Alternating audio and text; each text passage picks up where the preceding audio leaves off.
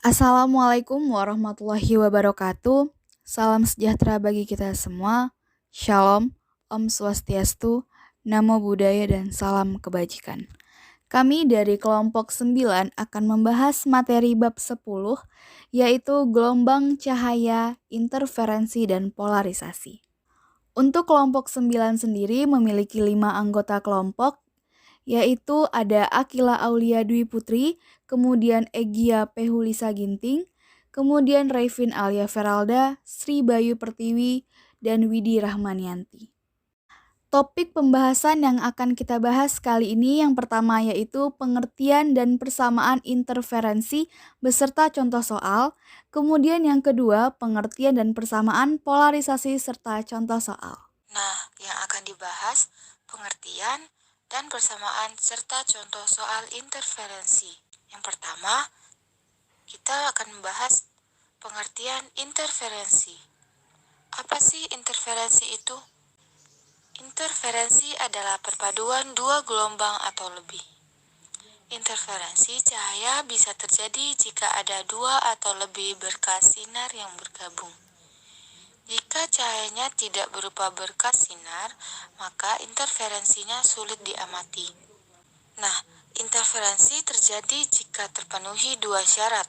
Yang pertama, kedua gelombang cahaya harus koheren, dalam arti bahwa kedua gelombang cahaya harus memiliki beda fase yang selalu tetap. Oleh sebab itu, keduanya harus memiliki frekuensi yang sama. Yang kedua, gelombang cahaya harus memiliki amplitudo yang hampir sama. Nah, teman-teman sudah tahu kan apa itu interferensi? Selanjutnya ada persamaan interferensi. Yang pertama ada interferensi celah ganda, dibagi menjadi dua. Yang pertama, pola maksimum atau pola terang, terjadi jika beda lintasan optik merupakan kelipatan setengah bulat panjang gelombang pada interferensi celah ganda. Dirumuskan dalam persamaan D dikali sin theta sama dengan N dikali lambda. Dan yang kedua ada pola minimum atau pola gelap, terjadi jika beda lintasan optik merupakan kelipatan setengah bulat panjang gelombang pada interferensi celah ganda. Dirumuskan dalam persamaan D dikali sin theta sama dengan N ditambah 1/2 dikali lambda. Yang kedua ada interferensi lapisan tipis. Persamaan interferensi maksimum. Dengan persamaan 2 dikali N dikali T sama dengan M ditambah 1/2 dikali lambda. Yang kedua, persamaan interferensi minimum.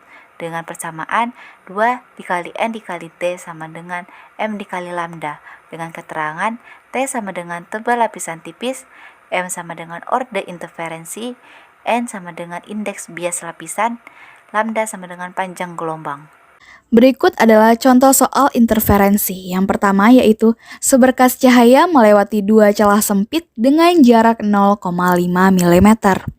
Dua celah tersebut diletakkan 2 meter dari sebuah layar. Jika panjang gelombang 650 nm, maka jarak dua garis terang yang berdekatan adalah diketahui dalam soal 1 nm sama dengan 10 pangkat negatif 9 m. Langsung kita jawab, diketahui D-nya atau jaraknya yaitu 0,5 mm sama dengan 5 kali 10 pangkat negatif 4.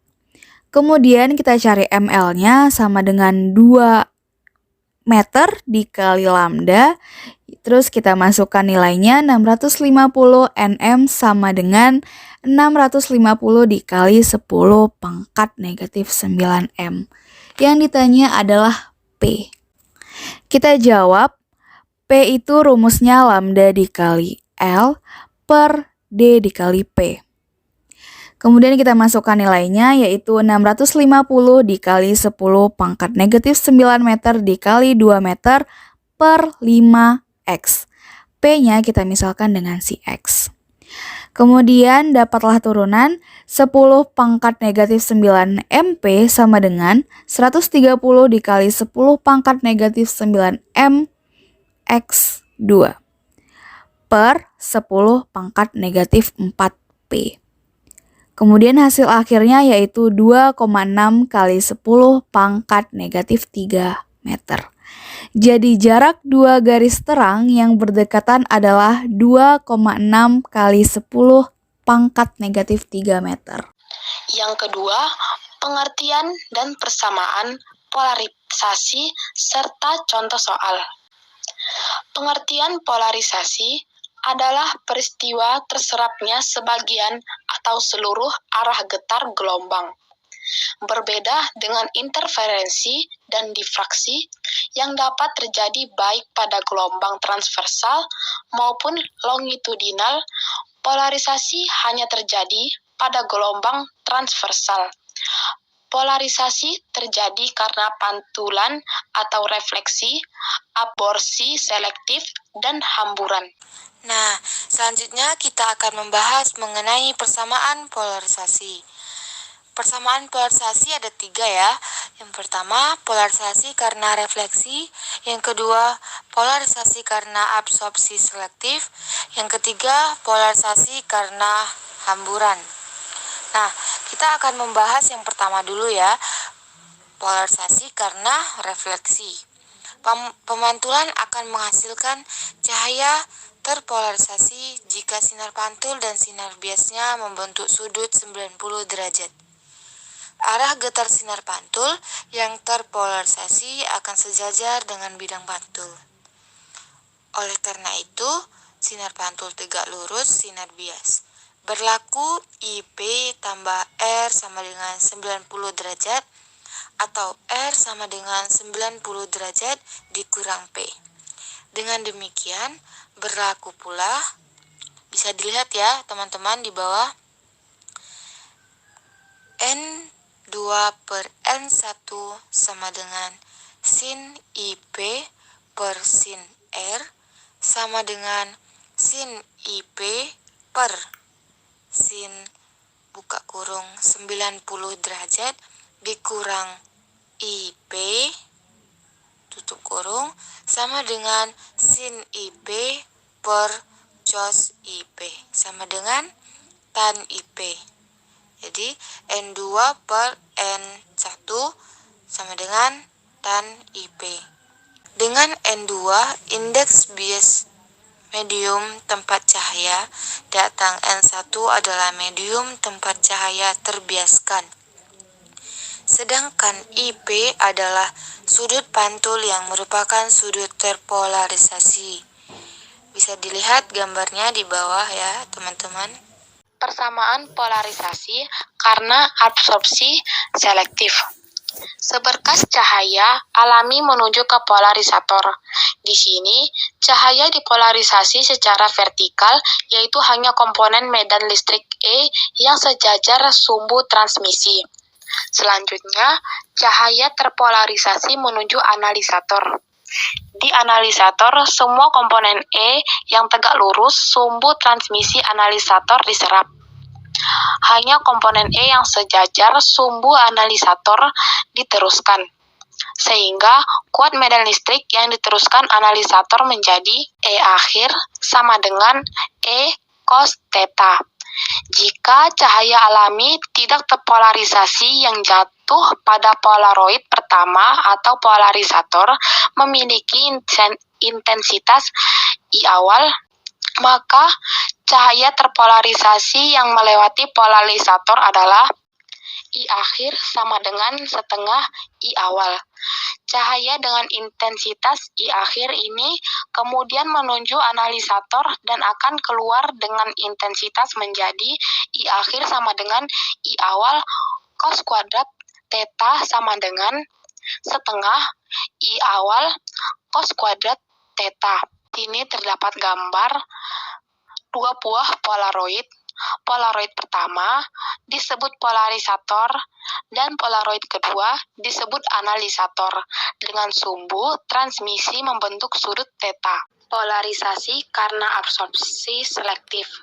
Polarisasi jenis ini dapat terjadi dengan bantuan kristal polaroid.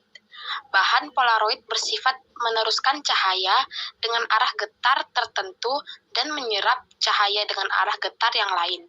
Cahaya yang diteruskan adalah cahaya yang arah getarnya sejajar dengan sumbu polarisasi polaroid. Di sini terdapat gambar skema polarisasi selektif menggunakan filter Polaroid. Hanya cahaya dengan orientasi sejajar sumbu polarisasi Polaroid yang diteruskan. Lalu polarisasi karena hamburan. Pada peristiwa hamburan, cahaya yang panjang gelombangnya lebih pendek cenderung mengalami hamburan dengan intensitas yang besar. Hamburan ini dapat diamati pada warna biru yang ada di langit kita. Contohnya seperti gambar di sampingnya teman-teman. Sebelum sampai ke bumi, cahaya matahari telah melalui partikel-partikel di udara di atmosfer sehingga mengalami hamburan oleh partikel-partikel di atmosfer itu. Oleh karena itu, cahaya biru memiliki panjang gelombang lebih pendek daripada cahaya merah.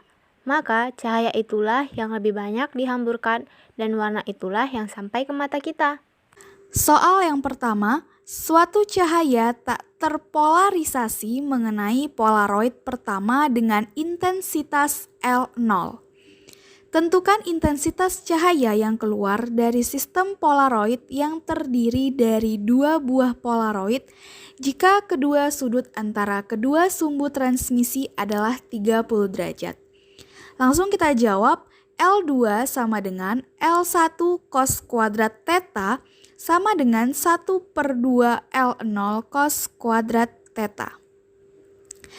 Kemudian L2 sama dengan 1/2 L0 dikali cos 30 derajat kuadrat sama dengan 1/2 L0 nilai dari cos 30 derajat yaitu 1/2 akar 3. Kita kuadratin maka menghasilkan 3/8 L0. Selanjutnya kita masuk ke contoh soal yang kedua dari persamaan polarisasi. Kita lihat yuk contoh soalnya seperti apa. Suatu bekas cahaya monokromatis tak terpolarisasi datang pada bidang batas udara kaca dengan indeks bias relatif 1,50. Hitung sinus sudut datang yang menghasilkan sinar pantul terpolarisasi linear. Kita lihat penyelesaiannya. Di sini diketahui NK sama dengan 1,5. Ditanya theta I berapa? Kita jawab bersama-sama. Tan theta I sama dengan NK per NU. Kita turunkan tan theta I sama dengan 1,5 per 1. Theta I sama dengan 56,3 derajat.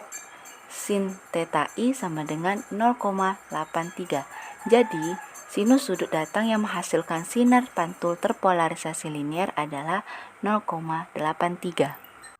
Oke, sudah di akhir video. Jadi kami dari kelompok 9 meminta maaf kalau ada kesalahan dalam pengucapan dan penulisan. Kami juga berharap video ini bermanfaat untuk kalian semua dan kalian terus semangat ya belajarnya. Mungkin sekian dulu video dari kami. Kami tutup dengan wassalamualaikum warahmatullahi wabarakatuh. Bye bye.